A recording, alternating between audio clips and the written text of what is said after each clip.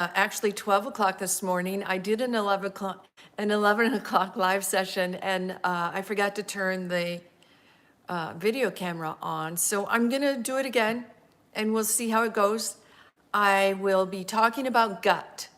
Today we're gonna talk about gut and gut health.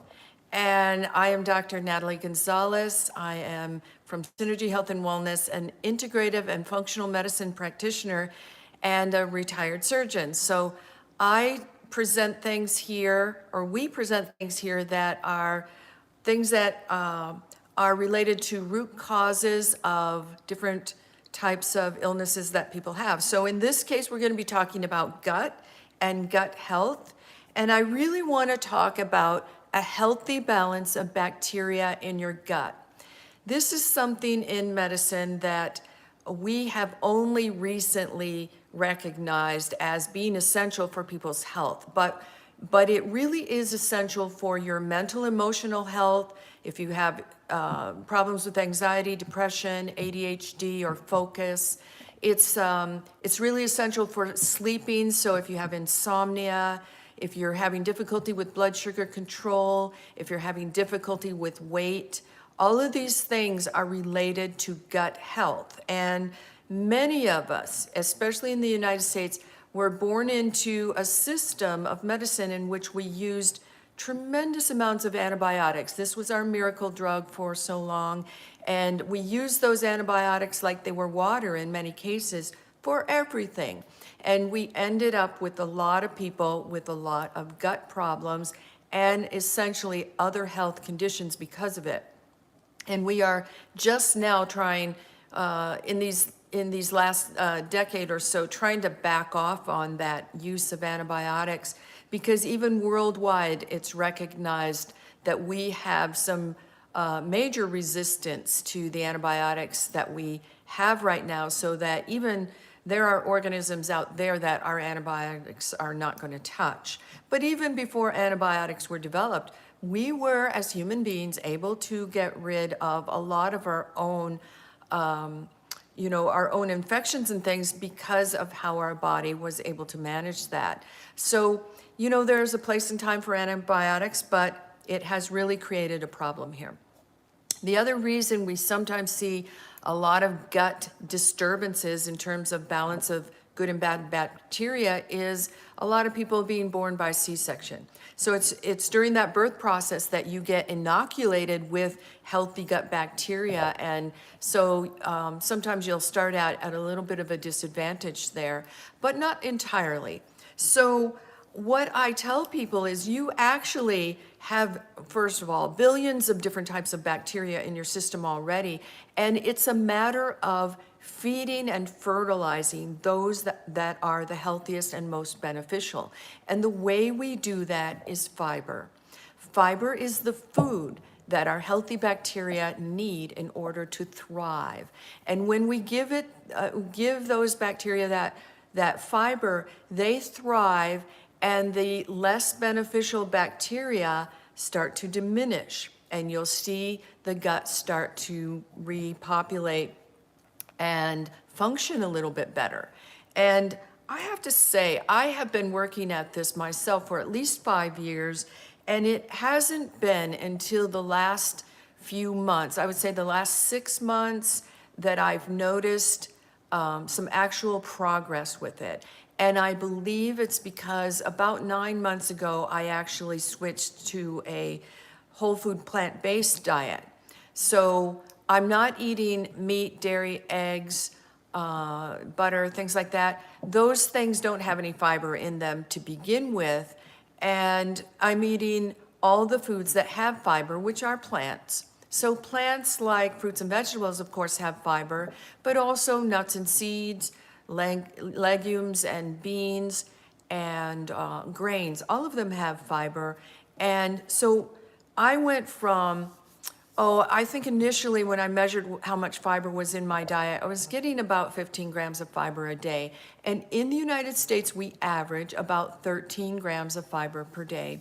Although when I have patients keep track of it in a food journal and check it, it is not unusual to see that on a daily basis, they're just getting barely over 4 grams of fiber.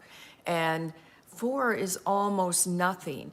Some of the countries around the world, they easily get 70 to 100 grams of fiber a day. It's not unusual, but in this country, it's really, we're really having to work to get people into the 30 to 50 grams of fiber range.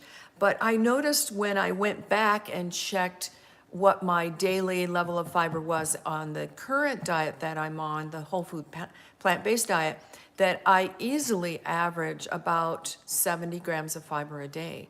And that's because all of my meals consist of fiber. They all consist of plants. So in the morning when I have my oatmeal, which has fiber in its own, fiber and protein, I will add chia and flax and maybe pumpkin and sunflower seeds or some nuts I might add. And I'm missing something. Oh, a little bit of wheat germ in there. And then I usually put a little bit of fruit to sweeten my breakfast. So that's my breakfast, and that alone is loaded, probably with well over 30 grams of fiber just from that one meal.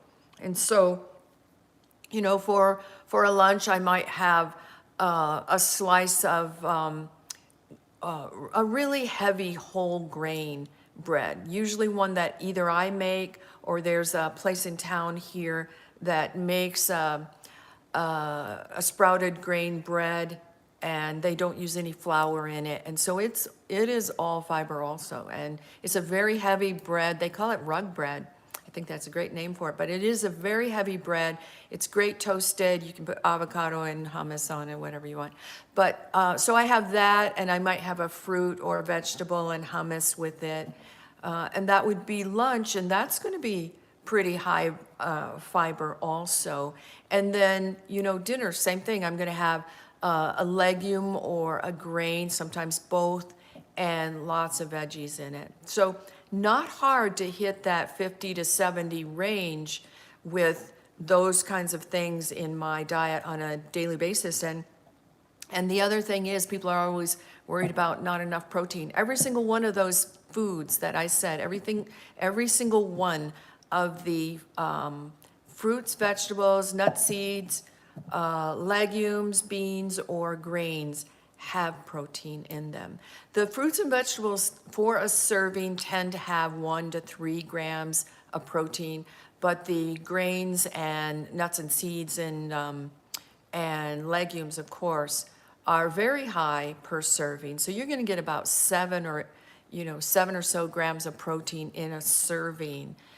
So it's not hard to see how you can easily get up in protein just by those amounts per meal.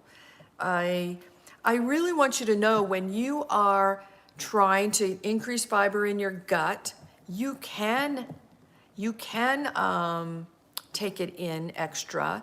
And I know for a long time in my practice, I would prescribe probiotics until I started really going through some of the research for it and realized that the research is all over the map about it. And it's partly because we have billions of different types and billions of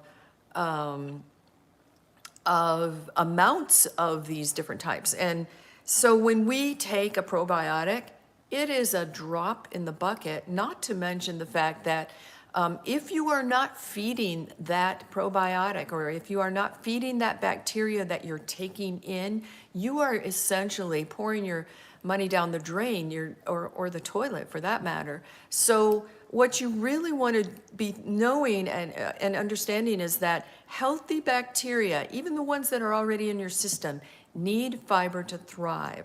So whether you put it in there or you're just relying on what's already there and you want to help it thrive, the food to feed it is fiber. Okay? It's as simple as that. So don't be spending a lot of money on probiotics unless you're feeding them, and don't be even wasting a lot of money with fermented foods unless you're feeding them also. So fermented foods are going to be things like yogurt, and I know for myself, if I did yogurt, I'd probably either do a soy yogurt or a non-dairy yogurt anyway, so I might use coconut milk for that. But you can do a lot of really good fiber, not fiber, but bacteria and fermented foods like, from fermented foods like,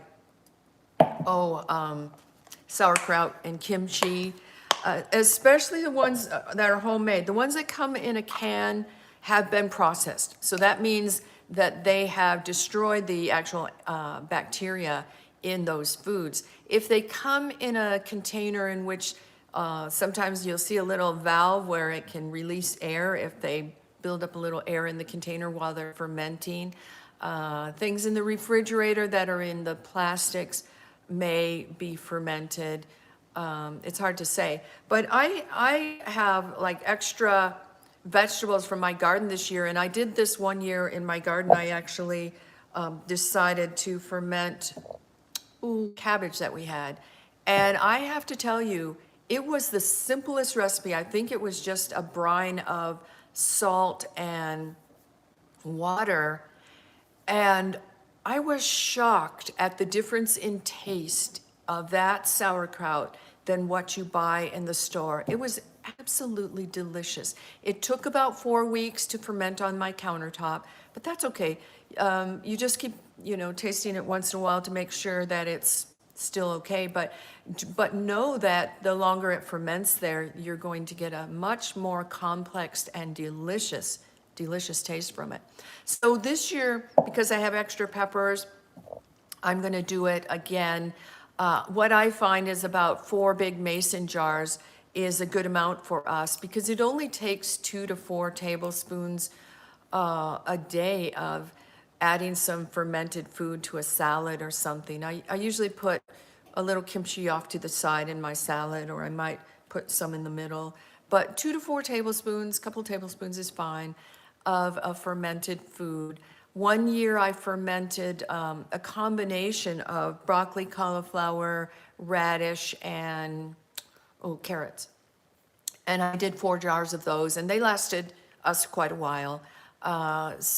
It's first they ferment on the countertop, like I said, and then you put them in the refrigerator, and they'll last quite a while in the fridge. So this year, I'm going to experiment with the hot peppers that we have coming out of the garden that we just cannot eat enough of. Oh, let me think. What am I missing? So that's a little bit on fermenting. That was a lot of information this morning, I know. I really want you to be getting out there and experimenting a little. I'll be back here every day. Even if you don't hear me on the live session, I will continue to put this information out there. So I will be looking all the time for any comments that you have. If you have questions, even if you don't watch it on the live session, that's just fine. Just put your question in there and we'll look for those comments and questions and we'll start to answer them as we go along. We are this month doing live sessions. It's supposed to be 11 o'clock every day until we get used to how to do it. This morning I happened to turn my camera off for the live session by accident, and so that's why I'm doing it again at 12. But normally it's going to be 11 o'clock a.m. each day, Mountain Time, so convert that to your time. I know we have people that watch our videos from around the world, sometimes, from India, Canada, I saw that, England, Ireland, probably mostly English-speaking countries. But, today, we can do subtitles in our own language, and that's always a really nice thing to be able to communicate with people that are not necessarily in the U.S. And so I hope if you get a chance that you like and subscribe. If you feel like it would help somebody that it's information that would be really helpful to them, make sure you just share it with them. That helps our channel, of course, but it really, more than that, helps the other person to maybe hear a different perspective and have a different solution for something going on for them. So, all right, we will see you back here tomorrow. Take care.